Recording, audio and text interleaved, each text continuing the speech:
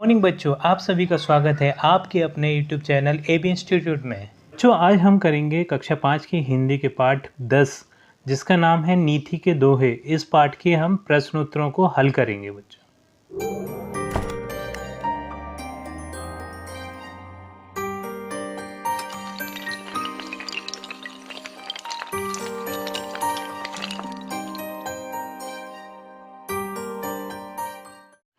बच्चों, अब हम इस पाठ के प्रश्न क्रमांक 1 को हल करेंगे, जो है निम्नलिखित शब्दों के अर्थ शब्दकोश से खोजकर लिखिए। तो बच्चों, आप देख पा रहे होंगे यहाँ कुछ हमें शब्द दिए हैं, उन शब्दों के हमें अर्थ लिखना है बच्चों। तो जैसा कि आप देख पा रहे हैं कि यहाँ मैंने अर्थ पहले से ही लिख दिए हैं। ठीक है बच्चों, तो आप यहाँ से देखकर आसानी से लिख पाएंगे। तो एक एक करके मैं इन शब्दों को पढ़कर बता देता हूँ आपको बच्चों। जैसे कि जो पहला शब्द है बच्चों वो है ताही। ताही का अर्थ होता है उसके। दूसरा शब्द है कागा, उसका अर्थ होता है कौआ। तीसरा शब्द है तोको। तोको का अर्थ है तुमको। चौथा जो शब्द है वो है उद्यम। उद्यम का अर्थ है परिश्रम। अगला जो शब्द है बच्चों है वो है करुए। करुए का अर्थ है कड़वे। अगला जो शब्द है बच्चों वो है काको। काको का अर्थ है किसका। अगला जो शब्द है वो है सांच। सांच का अर्थ है सच। अगला जो शब्द है वो है जद्यपि। जद्यपि का अर्थ है यद्यपि। अगला जो शब्द है वो है शिला। शिला का अर्थ है पत्थर। अगला जो शब्द है बच्चों वो है कंचन। कंचन का अर्थ है सोना। अगला जो शब्द है बच्चों वो है बाको। बाको का अर्थ है उसको। अगला जो शब्द है वो है कासो। कासो का अर्थ है किससे। अगला जो शब्द है बच्चों वो है जड़मति। जड़मति का अर्थ है मूर्ख। और जो अगला जो शब्द है अपावन। अपावन का अर्थ है अपवित्र। बच्चों, अब हम इस पाठ के प्रश्न क्रमांक 2 को हल करेंगे, जो है निम्नलिखित प्रश्नों के उत्तर लिखिए। तो जो इसका का नंबर का प्रश्न है वो है बच्चों, कवि ने सत्य को किसके बराबर बताया है।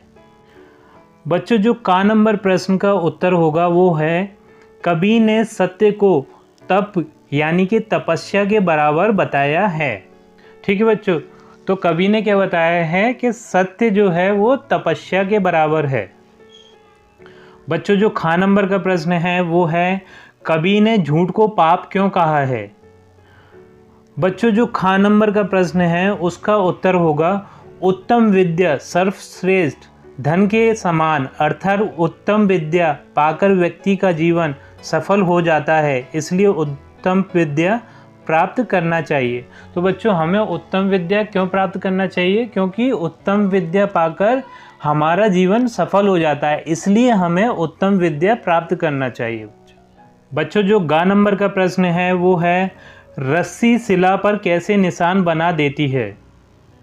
बच्चों, जो गा नंबर का प्रश्न है उसका उत्तर होगा, बार बार आने जाने से रस्सी शिला पर निशान बना देती है। यानी कि जब रस्सी कुएं के पत्थर पर एक ही जगह पर आती जाती है, यानी कि उसे घिसती है, तो उस पत्थर पर वो निशान बना देती है, यानी कि उस पत्थर को वो काट देती है। बच्चों, जो घा नंबर का प्रश्न है वो है, कोयल और कौवे की बोली में क्या अंतर है।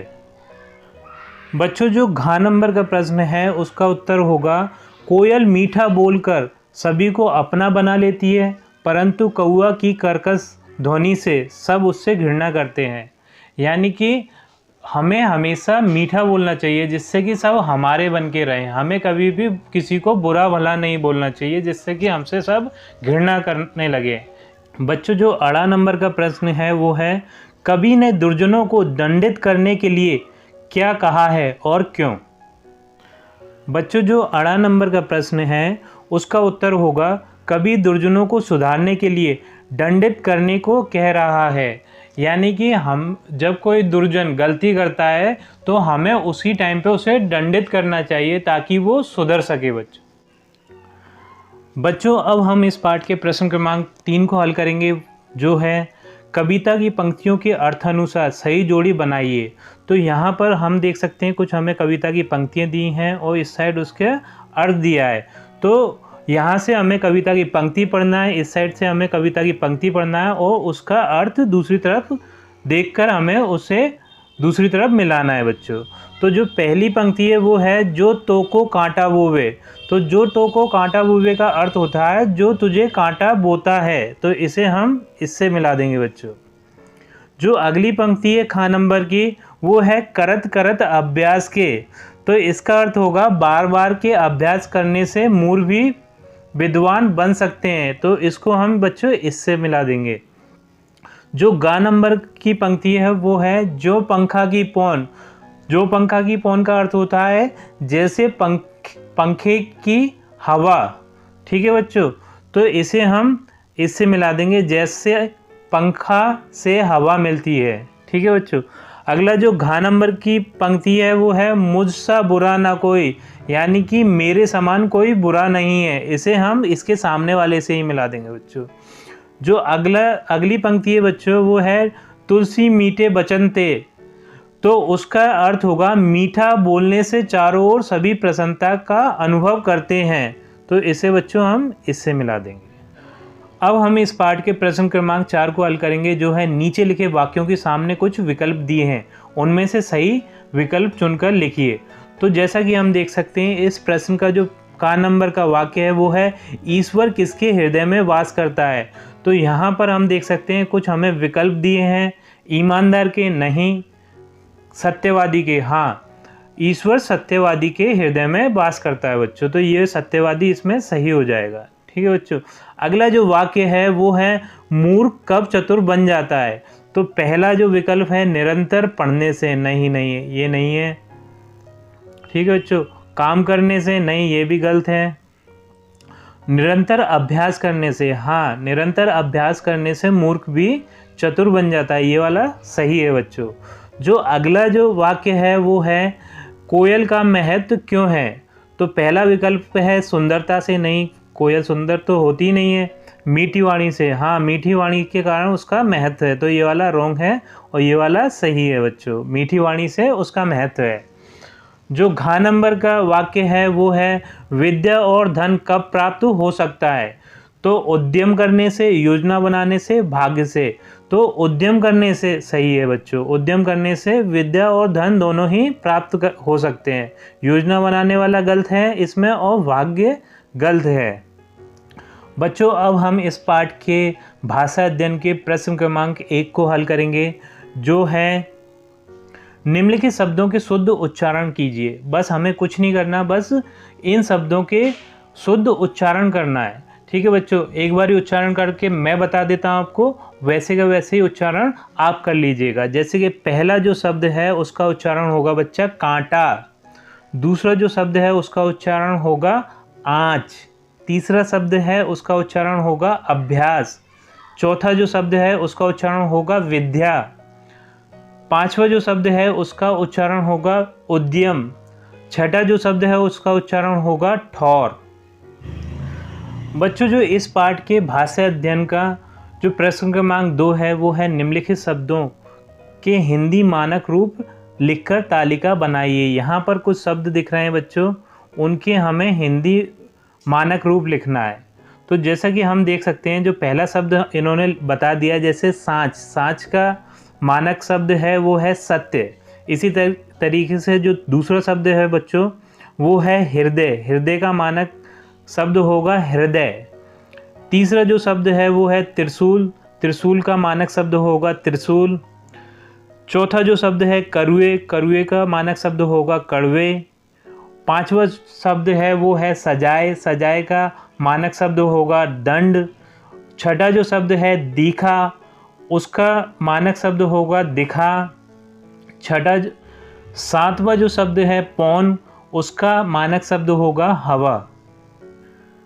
बच्चों अब हम इस पाठ के भाषा अध्ययन के प्रश्न क्रमांक 3 को हल करेंगे, जो है नीति के दोहे पाठ में प्रयुक्त तुकान शब्दों की एक तालिका बनाइए। सबसे पहले तो हम ये समझ लेते हैं कि तुकान शब्द होते क्या हैं। जिन शब्दों की एक ही जैसी ध्वनि निकलती है, जिन शब्दों के द्वारा तुक बनाई जाती है, उन शब्दों को हम तुकान शब्द कहते हैं बच्चों। जैसे कि इन्होंने कुछ हमें उदाहरण भी दिए हैं, जैसे आप पाप, फूल त्रिशूल। इसी तरीके से मैंने भी यहाँ कुछ शब्द लिख दिए हैं, यहाँ से आप देखकर लिख लीजिएगा। जैसे लगाए सजाए, कौन कौन, होए कोय, सुजान किसान। बच्चों अब हमें इस पाठ के भाषा अध्ययन के प्रश्न क्रमांक 4 को हल करना है, जो है नीचे बने चित्रों में बीच के गोले में लिखे शब्दों के पर्यायवाची शब्द लिखें। इनमें एक शब्द गलत है, इसे पहचान कर गोला लगाइए। तो जैसे कि हमें इस गोले में एक एक शब्द दिख रहा है, इन गोलों में एक एक शब्द दिख रहा है बच्चों, तो उनके 3-3 हमें पर्यायवाची दिए हैं। उन 3 में से एक पर्यायवाची शब्द गलत है, बस हमें उसी पर्यायवाची शब्द को पहचानना है बच्चों। जैसे कि पहला जो हमारा जो शब्द है वो है नयन। नयन का नेत्र सही है, चक्षु सही है, लेकिन कान गलत है। यानी कि नयन, नेत्र और चक्षु सभी का अर्थ होता है आँख। जो दूसरा शब्द है पेड़, पेड़ का वृक्ष सही है बच्चों, तरु सही है, लेकिन लता गलत है। ठीक है बच्चों। अगला जो शब्द है वो है जल। जल का पानी सही है, नीर सही है, लेकिन जलज गलत है बच्चों। अगला जो शब्द है वो है राजा। राजा का नरेश सही है और भूप सही है, लेकिन रानी गलत है। अगला जो शब्द है वो है पुत्र। पुत्र का सुत सही है, बेटा सही है, लेकिन बेटी गलत है। अब बच्चों हम इस पाठ के भाषा अध्ययन के प्रश्न क्रमांक 6 को हल करेंगे, जो है नीचे दिए गए विशेषण शब्दों को संज्ञा में परिवर्तित कीजिए। यानी कि यहाँ हमें कुछ विशेषण शब्द दिए हैं, उन्हें हमें इस साइड में संज्ञा शब्दों में बदलना है बच्चों। जैसे कि पहला है सांच। सांच को हम सच्चा भी बोलते हैं, इसका जो संज्ञा शब्द होगा वो होगा सच्चाई। दूसरा जो शब्द है वो है बुरा। बुरा को हम बदलेंगे संज्ञा शब्द में, वो हो जाएगी बुराई। तीसरा जो शब्द है वो है मीठा।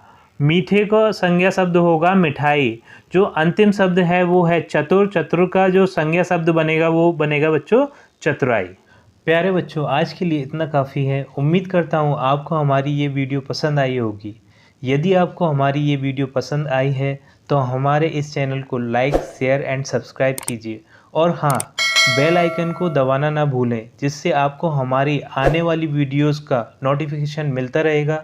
चलो बच्चों, आपसे मिलते हैं अपनी अगली वीडियो में। तब